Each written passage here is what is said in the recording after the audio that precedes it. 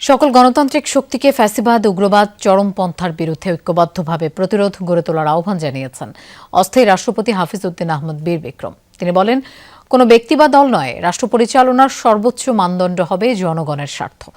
জুলাই অভ্যুত্থান দিবস উপলক্ষে আয়োজিত রচনা ও চিত্রাঙ্কন প্রতিযোগিতার পুরস্কার বিতরণী ও আলোচনা সভায় এসব কথা বলেন হাফিজ উদ্দিন আহমদ। জাতীয় সংসদে অনুষ্ঠিত অনুষ্ঠানে বিরোধী দলীয় নেতা ডাক্তার শফিকুর রহমান, বিরোধী দলীয় চিফ হুইপ নাহিদ ইসলাম সহ সংসদ সদস্য ও জুলাই যোদ্ধারা অংশ নেন। অস্থায়ী রাষ্ট্রপতি বলেন, বর্তমানে সংসদের প্রধান দায়িত্ব জুলাই অভ্যুত্থানে যারা জীবন দিয়েছেন, ক্ষতিগ্রস্ত হয়েছেন তাদের প্রতি সুবিচার করা। গৌরবময় জুলাইকে ধারণ করার আহ্বান জানান তিনি।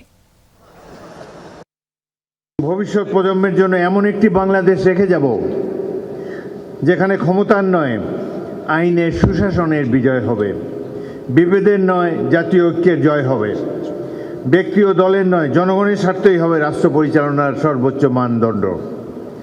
সকল গণতান্ত্রিক শক্তিকে ফ্যাসিবাদ, চরমপন্থা ও উগ্রবাদের বিরুদ্ধে ঐক্যবদ্ধভাবে প্রতিরোধ গড়ে তুলতে হবে।